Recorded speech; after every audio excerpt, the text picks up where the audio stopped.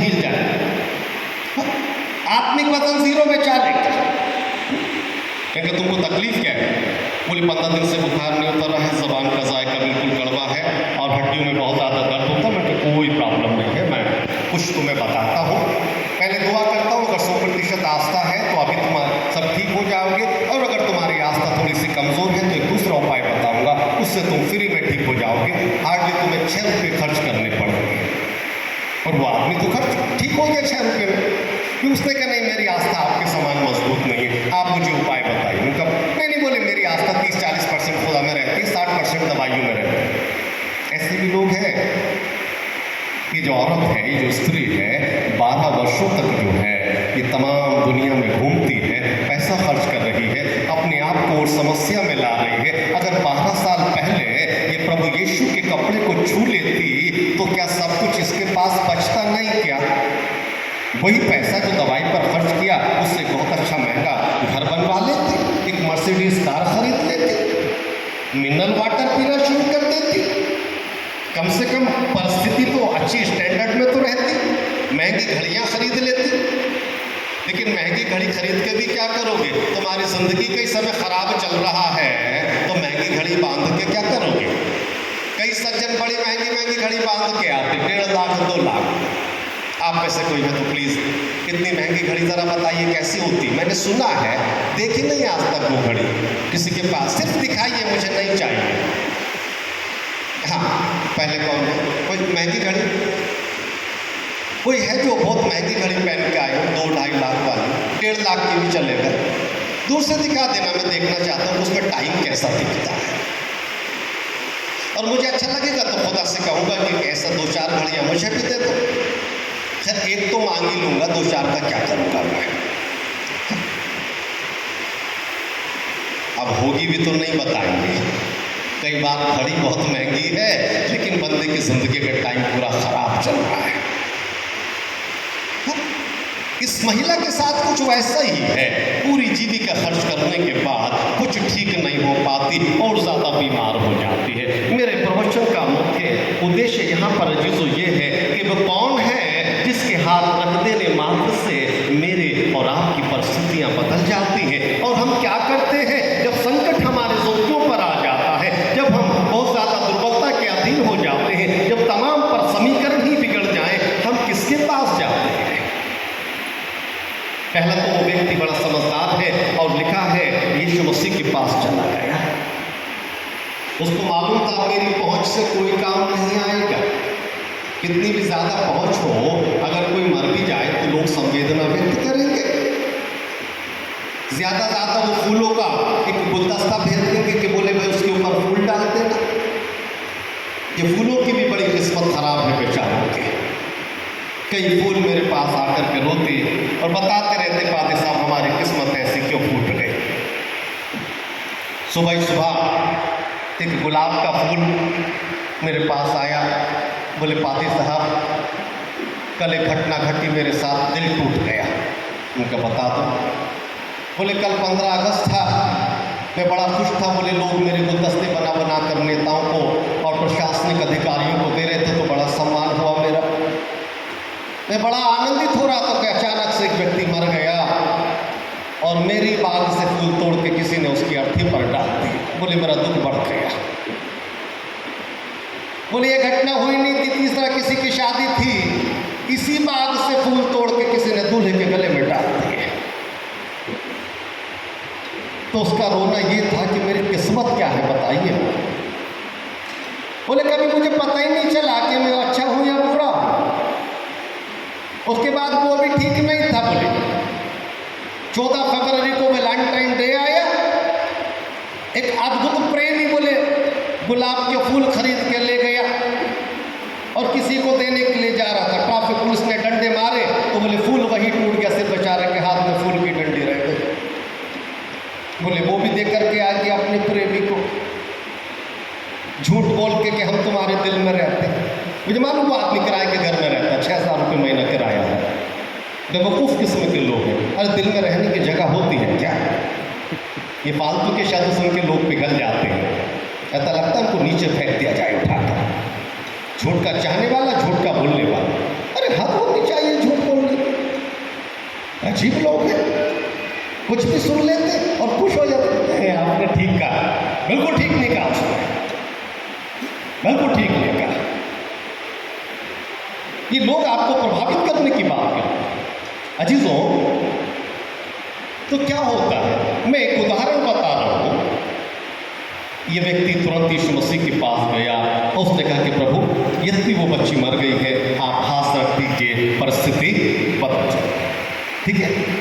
उसके बाद जब यीशु मसीह उस व्यक्ति के घर जा रहे हैं तो क्या होता है, रास्ते में एक और स्त्री को पता चला कि यहां से प्रभु यीशु मसीह गुजर रहे हैं और ये तो ठीक नहीं हो पाई थी। फिर इसने अपने मन में निर्णय कर लिया, अपने मन में ठान लिया। मन में क्या था, अब मैं यीशु के कपड़े को पीछे से ही छू लूंगी तो ठीक हो जाऊंगी। लेकिन ये अफसोस की बात है, 12 वर्षों के बाद। अजीजों, मैं ये कह रहा हूं कि कई बार हम मनुष्य परमेश्वर की शरण में आते तो हैं, लेकिन सब कुछ लगभग खत्म होने के बाद आते हैं। सुधरते तो हैं, हर एक व्यक्ति सुधरता है। जब डॉक्टर कहते थे नहीं अब तो कुछ आशा नहीं है, जो कुछ मांगते इनको खिलाते पिलाते रहना, तब देखना अगर वो व्यक्ति डॉक्टर घर भेज देते ना तो वहीं से गीत गाता हुआ आता। कौन सा गीत गाता हुआ आता मालूम है? कौन सा गीत गाता हुआ आएगा ऐसा आदमी? जीवन का मेरे तू रखवाला, तू ही मेरा सहारा है। और तो बोले ओहो, बड़े बुढ़ापे में ये गीत याद आया तुझे, पहले से याद नहीं था क्या? अब वही गीत गाता रहा, जीवन का मेरे तू रखवाला। मतलब आवाज की इतना बेकार ट्यून गा रहा है, क्योंकि अब दांत तो बचे नहीं बेचारे के, पूरा सुर बिगाड़ दिया बेसुरे के समान। खुदा ने फरिश्तों से कहा इस आदमी की फिल्म बना के ला। क्यों? बोले कभी जिंदगी में इसने गीत नहीं गाया, अब जब डॉक्टर ने कह दिया कि निकलने का तो नहीं आ सकता, देखो अब कैसा ढोंगी के समान गीत गाता हुआ जा रहा है।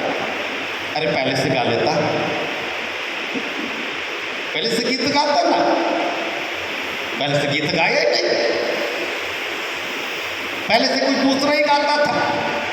ऐसा ही एक और परिप्रेक्ष्य बहुशास्त्र बाइबल में हम देखते हैं, एक पादरी ने ऐसा किया, नबी ने, प्रॉफिट योना नबी। ये भी बाहर गीत नहीं गाता, मछली के पेट में जाके गीत गा रहा बेचारा। अरे बाहर गीत गा लेते मसीह का, तो काहे को संकट में आते तुम? बहुत सारे जो इंसान होते हैं ना मित्रों, वो गन्ने की तरह होते। गन्ना, गन्ना समझते हैं, शुगर कैन, अंग्रेजी में शुगर कैन, गन्ना, गन्ना समझते हैं।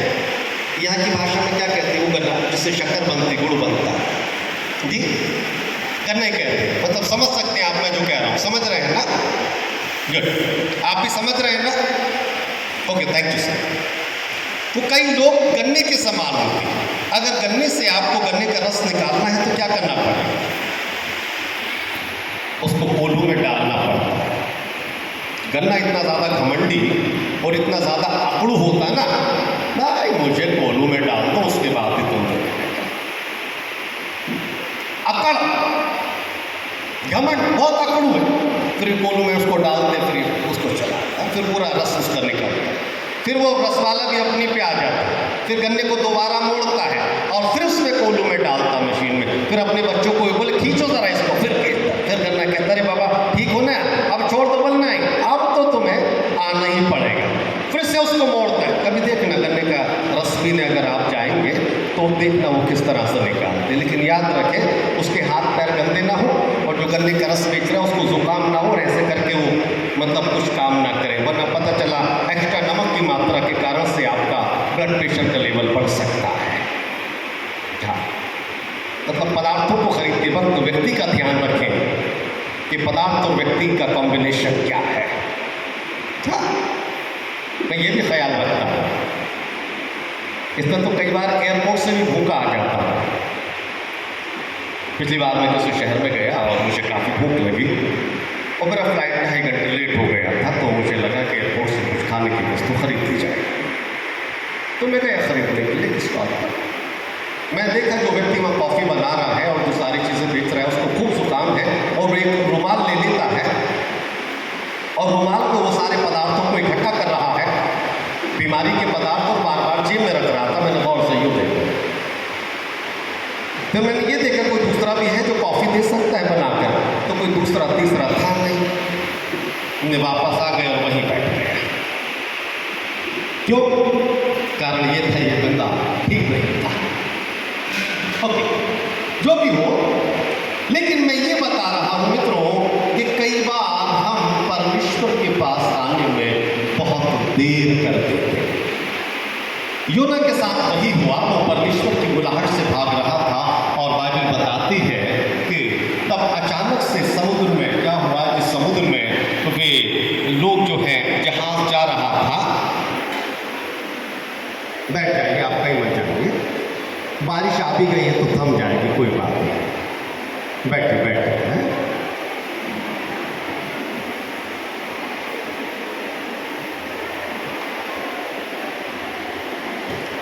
तो खुदा ने 15 बंदर भेज दी और पूरे फाइनल में कपड़े उठा के ले गए, तो क्या कर लोगे तुम? बड़ी अद्भुत बात है। खुदा बंदरों को भेजेगा, देखना, और कहेगा सबके कपड़े उठा के लाओ, जितने भी स्त्री पुरुष हैं। इतनी भी लगन नहीं रखते। ये बड़ी अद्भुत बात है, लेकिन अद्भुत बात है।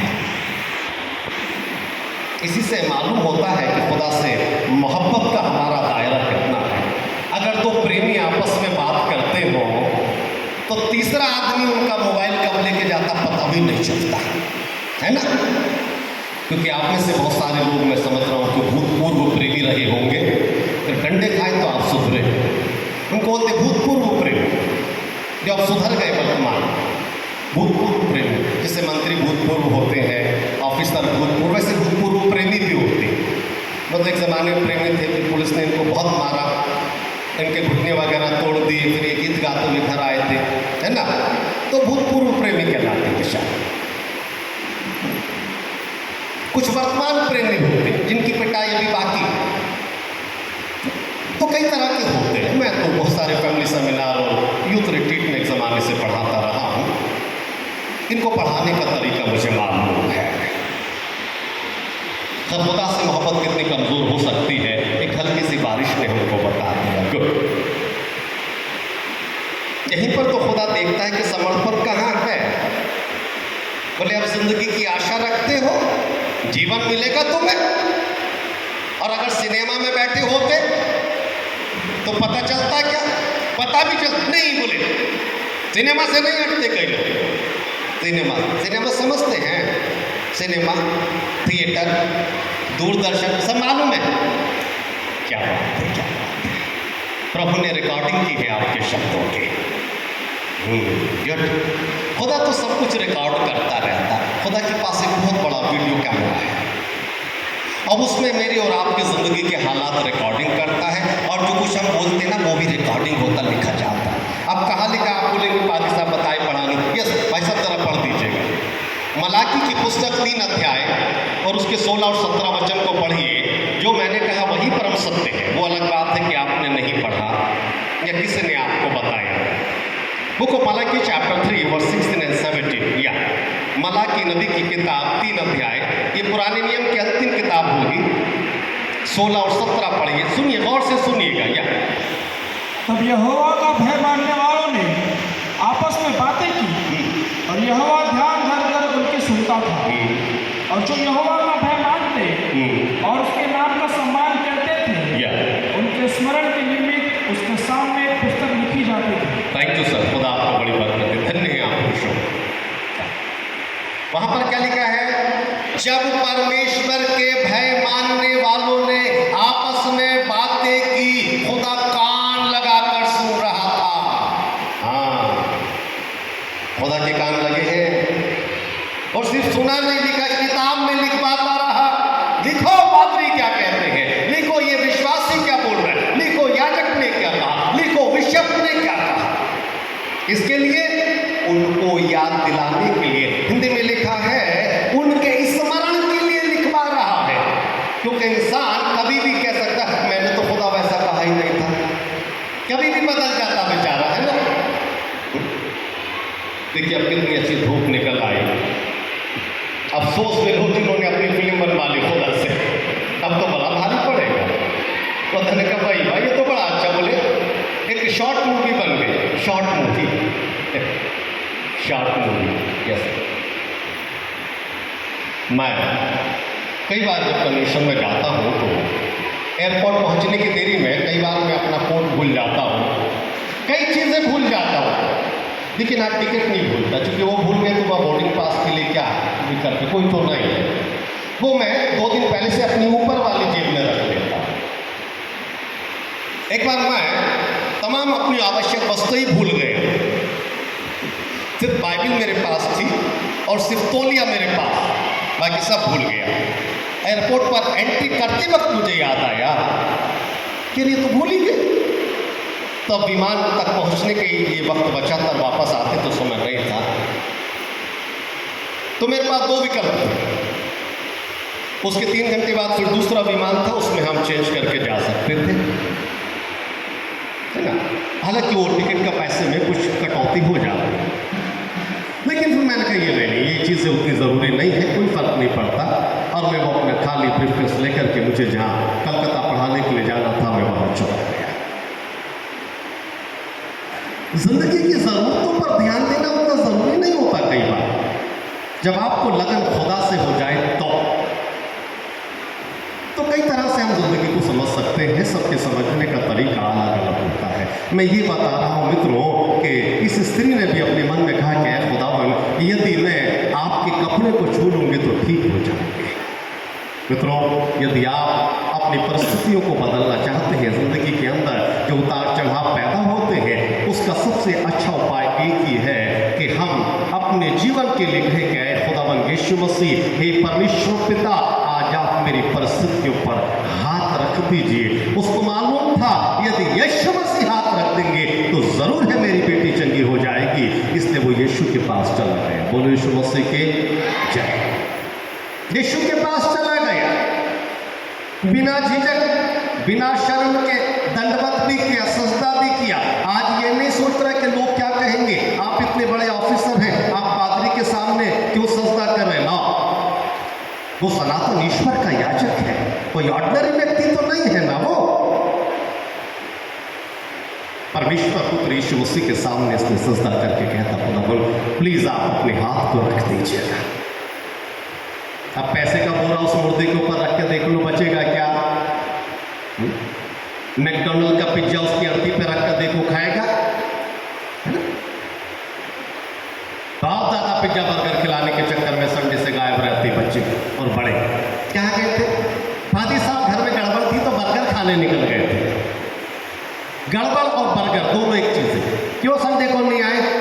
नहीं, वो मुझसे थोड़े टेंशन में थे, तो मैंने सोचा कि घर की आग बुझ जाएगी तो इनको थोड़ा सा पार्क में ले गया था बर्गर खाने में, और गरम कुत्ता खाते खाते देर हो गई। यू नो, बेकरी में एक आइटम बिकता है खाने का, उसको गरम कुत्ता कहा जाता है। आप लोगों ने आई थिंक गरम कुत्ता खाया होगा, खाया है कहीं गरम कुत्ता खाया? उसको अंग्रेजी में हॉट डॉग कहते हैं, हॉट डॉग। बेकरी में जाना, पूछना भैया हॉट डॉग है तो मिलेगा हॉट डॉग। हिंदी में पूछना भाई साहब गरम कुत्ता होना था। अंग्रेजी नाम है तो बड़े चाव से खाते हो, हिंदी में बता दिया तो घिन आने लगी, बोले गरम कुत्ता कौन खाएगा, नाम ही तो वैसा बेचारे का गरम कुत्ता। एक बच्चे से मैंने पूछा इलाहाबाद में, क्या खा के आया तू? अंकल हॉट डॉग खा के आया। मैंने कहा देखो ये गरम कुत्ता खा के आया। नहीं नहीं ऐसा नहीं किया। मैंने कहा तुम पढ़े लिखे बेवकूफ़ हो, तुम्हें जूते मारने पड़ेंगे। हिंदी में अनुवाद करो जो तुम खा के आए। तब कहीं उसको पता चला बेचारे को। यदि कोई हमारी परिस्थिति बदल सकता है तो एक हाथ है, और वो है सनातन परमेश्वर का हाथ। यशायाह नबी की किताब चैप्टर 59 को पढ़ते हैं। खुदा का कलाम अभी पढ़ने का वक्त नहीं है, शाम को हम इस विषय पर बात करेंगे। यशायाह 59 कहता है, देखो परमेश्वर यहोवा का हाथ ऐसा छोटा नहीं हो गया कि तुम्हें छुटकारा न दे सके। खुदा का कान ऐसा बहरा नहीं हुआ कि तुम्हारी प्रार्थनाओं को सुन न सके, लेकिन तुम्हारे अधर्म के कामों ने तुम्हारे परमेश्वर यहोवा को तुमसे इतना दूर कर दिया कि वो तुम्हारी प्रार्थनाएं नहीं सुनता और उसकी आवाज तुम तक पहुंचती भी नहीं है।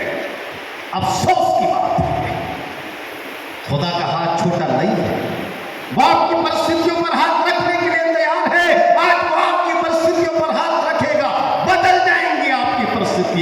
लेकिन कब? जब आप उसको समय रहते पुकारे तब ना। पूरे मन से पुकारेंगे तो परिस्थितियां बदलेंगी। मिशक का कलाम कहता खुदा का हाथ छोटा नहीं, उसका कान बहरा नहीं है, वो सुन रहा है, लेकिन तुम्हारी क्यों नहीं सुनता? क्योंकि तुम भी तो उसके नहीं सुनते ना, फिर वो तुम्हारी क्यों सुनेगा? तुम तो सुनते ही नहीं। तुम तो 98.3 रेडियो मिर्ची सुन रहे हो और फिर मिर्ची लगती प्रवचन सुन के तुमको। कहाँ गए थे संडे को? नहीं, वो रेडियो मिर्ची सुन रहे थे, क्योंकि तभी तुमको ज्यादा मिर्च लगती है। खतरनाक कहीं का। खुदा की नहीं सुनता, दुनिया की सुनने में लगा हुआ है। बाइबल कहती है खुदा का कान बहरा नहीं है, प्रॉब्लम तुम्हारे साथ है, क्योंकि तुमने एक समय था अच्छे समय में तुमने खुदा की नहीं सुनी, अब बुरे वक्त में खुदा तुम्हारी नहीं सुनता।